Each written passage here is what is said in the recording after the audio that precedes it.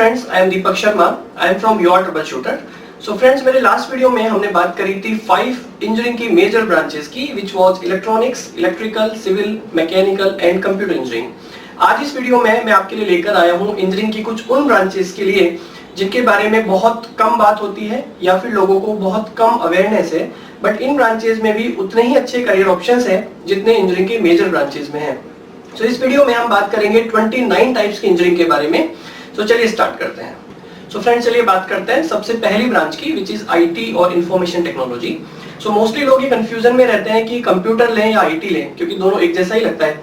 But यहाँ पर मैं ये क्लियर कर देना चाहता हूँ कि आईटी कंप्यूटर का ही पार्ट है और ये कह सकते हैं कि कंप्यूटर्स की मदर ब्रांच है। बट फिर डिफरेंस क्या है? So the basic difference between computer and IT is computer is all about designing of micro processors, but यहाँ पर आईटी में हम सॉफ्टवेयर जरूर पढ़ते हैं, बट हम माइक्रो प्रोसेसर की डिजाइनिंग की बात नहीं करते हैं। देन नेक्स्ट आते हैं कि आईटी में कौन कौन से कोर्सेज को पढ़ाया जाता है।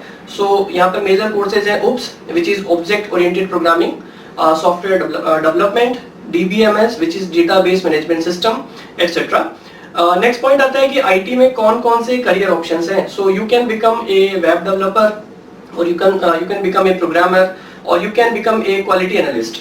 So friends, चलिए स्टार्ट करते हैं सेकंड ब्रांच ऑफ इंजीनियरिंग से, which is ऑटोमोबाइल इंजीनियरिंग। पर उसको जाने से पहले मैं आपको क्लियर कर दूं इन इंजीनियरिंग ब्रांचेस की एलिजिबिलिटी क्राइटेरिया क्या क्या है, वो आप मेरे बैक स्क्रीन पे देख सकते हैं।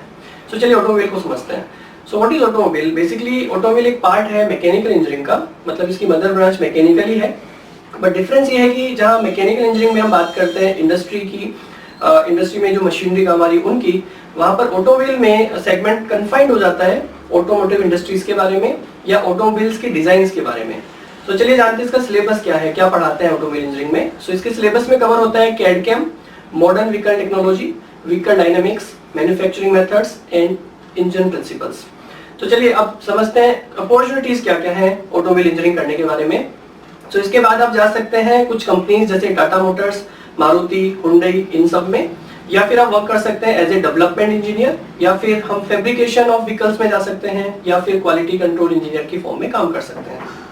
So friends, now will come towards third branch of engineering, which is chemical engineering. So what is chemical engineering? It is the study of raw material which will later convert into valuable form. और इसको ऐसे समझ सकते हैं कि chemical engineering is all about study of machines and plants which will alter the chemical state of a material. So simply बोले तो chemical engineering study है केमिकल्स से रिलेटेड, या पावर प्लांट्स में या एनर्जी प्लांट्स में जहां पर केमिकल का कहीं यूज होगा। सो इसके बारे में स्टडी है। सो चलिए समझते हैं इसके कोर्स में क्या क्या कवर होता है। सो इसके कोर्स में कवर होता है organic chemistry, process instrumentation, pharmaceutical technology and industrial pollution control engineering. तो चलिए जानते हैं कि करियर अपॉर्चुनिटीज क्या क्या है। सो एक केमिकल इंजीनियर जा सकता है फूड इंडस्ट्रीज में, टायर मैन्युफैक्चरिंग इंडस्ट्रीज में, प्लास्टिक इंजीनियरिंग में, या फिर पेट्रोकेमिकल इंडस्ट्रीज में। सो इसके मेजर रिक्रूटर्स कौन कौन हैं? सो इसके मेजर रिक्रूटर्स हैं Indian oil, ONGC, Honeywell, Bharat petroleum, etcetera. So friends, अब हम समझेंगे बायोमेडिकल इंजीनियरिंग के बारे में। So what is biomedical engineering? Basically biomedical engineering is a bridge between medical versus engineering profession. So इस बायोमेडिकल इंजीनियरिंग में क्या क्या कवर होता है? सो दोस्तों, जैसा कि हम जानते हैं हॉस्पिटल्स में डॉक्टर ECG यूज करता है या फिर एक्सरे मशीन्स यूज करता है, MRI, CT scan, ventilator, sonography machines. So इन सारी मशीन्स को डिजाइन किसने किया? डेफिनेटली किसी इंजीनियर ने डिजाइन किया। और ये इंजीनियर कौन होंगे? ये इंजीनियर होंगे बायोमेडिकल इंजीनियरिंग के स्टूडेंट्स। सो इस बायोमेडिकल इंजीनियरिंग में क्या क्या कोर्स कवर होता है वो समझ लेते हैं। सो बायोमेडिकल में कवर होता है tissue engineering, medical instrumentation, biomedical image processing and biomedical signal processing. So biomedical के बाद में क्या क्या करियर ऑप्शंस हैं? सो एक बायोमेडिकल इंजीनियर बन सकता है इंस्ट्रूमेंट इंजीनियर, या फिर वो जा सकता है एज ए इंस्टॉलेशन इंजीनियर में, या फिर वो बन सकता है एक मेंटेनेंस इंजीनियर। मेंटेनेंस इंजीनियर का मतलब हुआ कि किसी बड़े हॉस्पिटल में, जैसे फोर्टिस टाइप के हॉस्पिटल में कोई ECG मशीन है, उसमें कोई फॉल्ट आया या उसमें कोई प्रॉब्लम एनकाउंटर हुई, सो इसको रिपेयर करना या फिर इसको इंस्टॉल करना, या फिर इन इंस्ट्रूमेंट्स को कैसे सेटअप करना। या फिर आप जा सकते हैं बायोमेडिकल इक्विपमेंट बनाने वाली कंपनीज में।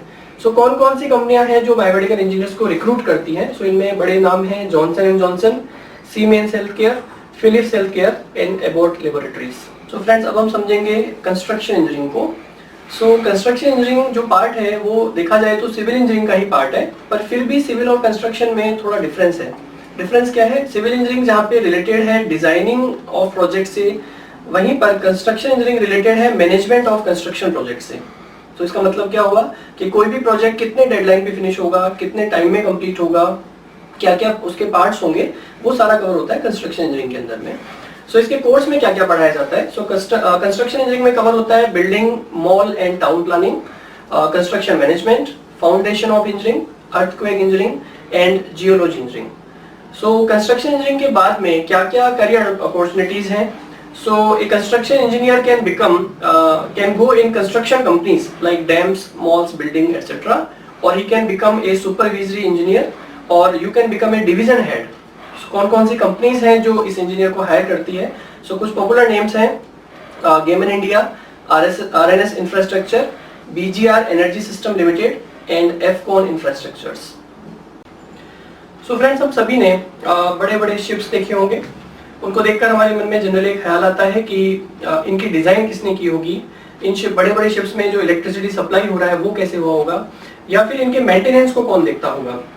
ये सारे सवाल मैं आपसे क्यों पूछ रहा हूँ? क्योंकि जो मेरी नेक्स्ट ब्रांच इंजीनियरिंग की वो है मरीन इंजीनियरिंग। जी हाँ, ये सारी चीजें कवर होती है मरीन इंजीनियरिंग के अंतर्गत या फिर मरीन इंजीनियरिंग में। सो marine engineering basically mechanical engineering का ही पार्ट है, बट यहाँ पर हम मेनली बात करते हैं शिप्स कंस्ट्रक्शन की, शिप डिजाइनिंग की, उनके कमीशनिंग की, उनके टियर इन वियर लॉसेस की। सो चलिए समझते हैं इसके कोर्स में क्या क्या कवर होता है। सो मरीन इंजीनियरिंग में कवर होता है ship structure, design and their construction, then marine machinery and marine electrical technology. तो चलिए अब जानते हैं वो कौन कौन सी कंपनीज हैं जो मरीन इंजीनियर्स को हायर करती है। सो उनमें कुछ पॉपुलर नेम है, Toyo engineering, consulting engineering limited and Alcom marine service private limited. So friends, अब हम समझेंगे एरोस्पेस इंजीनियरिंग को। सो अगर आपको इंटरेस्ट है एयरक्राफ्ट के डिजाइनिंग में, या फिर एरोप्लेन्स के डिजाइनिंग में, या हेलीकॉप्टर्स या मिसाइल्स के डिजाइनिंग में, सो आप चूज कर सकते हैं एरोस्पेस इंजीनियरिंग को। सो कौन बच्चे इस ब्रांच को ले सकते हैं? सो अगर आपका मैथमेटिक्स और फिजिक्स थोड़ा अच्छा है, या फिर आप इंटरेस्टेड है रोबोटिक्स में या फिर एरोनॉटिक्स में, तो आप इस ब्रांच को ऑप्ट कर सकते हैं। बहुत सारे IITs और NITs एरोस्पेस इंजीनियरिंग में डिग्री करवा रहे हैं। सो इसके कोर्स में क्या क्या कवर हो रहा है वो समझ लेते हैं। सो इसके कोर्स में कवर होता है aerodynamics, aircraft design, flight mechanics and aircraft propulsion. चलिए अब समझते हैं कि इसमें करियर अपॉर्चुनिटीज क्या क्या हैं। सो एक एरोस्पेस इंजीनियर जा सकता है मिसाइल डिजाइनिंग कंपनीज में, या फिर वो कंपनी जो एयरक्राफ्ट डिजाइन करती है, या फिर वो कंपनी जो स्पेसक्राफ्ट डिजाइन करती है।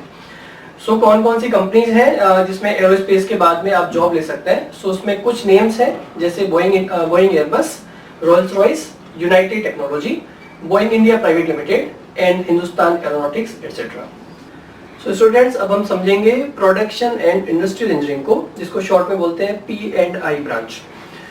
सो एक प्रोडक्शन एंड इंडस्ट्रियल इंजीनियर का काम क्या है वो समझ लेते हैं। सो अगर किसी भी इंडस्ट्री में जहाँ पे कोई चीज का मैन्युफैक्चरिंग हो रहा है या कोई रॉ मटेरियल बन रहा है, सो उसमें वेस्ट ऑफ टाइम को कैसे बचा सकते हैं, या मनी को कैसे सेव कर सकते हैं, या रिसोर्सेज का मैक्सिमम यूटिलाइजेशन कैसे कर सकते हैं, या फिर किसी भी प्रोडक्ट को किसी डेडलाइन पर कैसे फिनिश कर सकते हैं, ये सारी चीज डिसाइड करने के लिए होते हैं production and industrial engineers. So industry में इनको अलग अलग नेम से जानते हैं। किसी किसी इंडस्ट्री में इनको बोलते हैं ऑपरेशन मैनेजमेंट, या फिर हम बोलेंगे प्रोडक्शन इंजीनियर्स, या फिर हम बोलेंगे मैन्युफैक्चरिंग इंजीनियर्स। सो चलिए आप समझते हैं इसके कोर्स में क्या कवर होता है। सो इसके कोर्स में कवर होता है fluid mechanics, heat and mass transfer, theory of machine and thermal engineering. तो आप समझते हैं कि कौन कौन सी कंपनीज हैं जो P&I ब्रांच को जॉब देती हैं।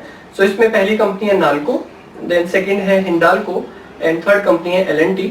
और भी बहुत सारी कंपनीज हैं इस लिस्ट में जो P&I को जॉब्स प्रोवाइड करवाती हैं। सो फ्रेंड्स, हम सभी जानते हैं कि करंट सिनेरियो में अगर वर्ल्ड के लिए कोई चैलेंज है तो वो है ग्लोबल वार्मिंग। सो ग्लोबल वार्मिंग को कैसे सही किया जाए, या फिर एनवायरमेंटल फैक्टर्स हैं जैसे एयर, लैंड रिसोर्सेज या वाटर, इनको कैसे इम्प्रूव किया जाए ताकि हम लोग एक अच्छे एनवायरमेंट में रह सकें। इसके लिए अगर इंजीनियरिंग की कोई ब्रांच सपोर्टिव है तो वो है एनवायरमेंटल इंजीनियरिंग। सो एनवायरमेंटल इंजीनियरिंग रिलेटेड है पूरा रिन्यूएबल एनर्जी से या फिर प्रोटेक्शन ऑफ एनवायरमेंट से। सो एक बहुत ही अच्छी ब्रांच है जिसमें बहुत कम यूनिवर्सिटीज डिग्री दे रहे हैं, और या कह सकते हैं ऐसे बहुत कम इंस्टीट्यूट हैं जो इसमें आपको डिग्री प्रोवाइड करा रहे हैं। सो डेफिनेटली बहुत लेस कॉम्पिटिटिव ब्रांच है। सो चलिए अब समझते हैं कि एनवायरमेंटल इंजीनियरिंग में क्या क्या सिलेबस कवर होता है। सो इसमें कवर होता है mechanics of fluid, mechanics of material, then organic chemistry and it covers environmental modelling and simulation. So आप जानते हैं कि वो कौन सी कंपनियां हैं जो एनवायरमेंटल इंजीनियरिंग के बाद में आपको जॉब प्रोवाइड करवाती हैं। सो इनमें कुछ पॉपुलर नेम्स हैं WAE private limited, NALCO water India limited and earth water limited etcetera. So friends, अब हम समझेंगे रोबोटिक्स इंजीनियरिंग को। सो आजकल हम जैसा देखते हैं बहुत सारे रेस्टोरेंट्स में या फिर बहुत सारे इंडस्ट्रीज में जहां पर ये पॉसिबल नहीं है कि ह्यूमंस से काम लिया जा सके, सो वहां पर हम एज ए सब्स्टिट्यूट काम लेते हैं रोबोट्स को।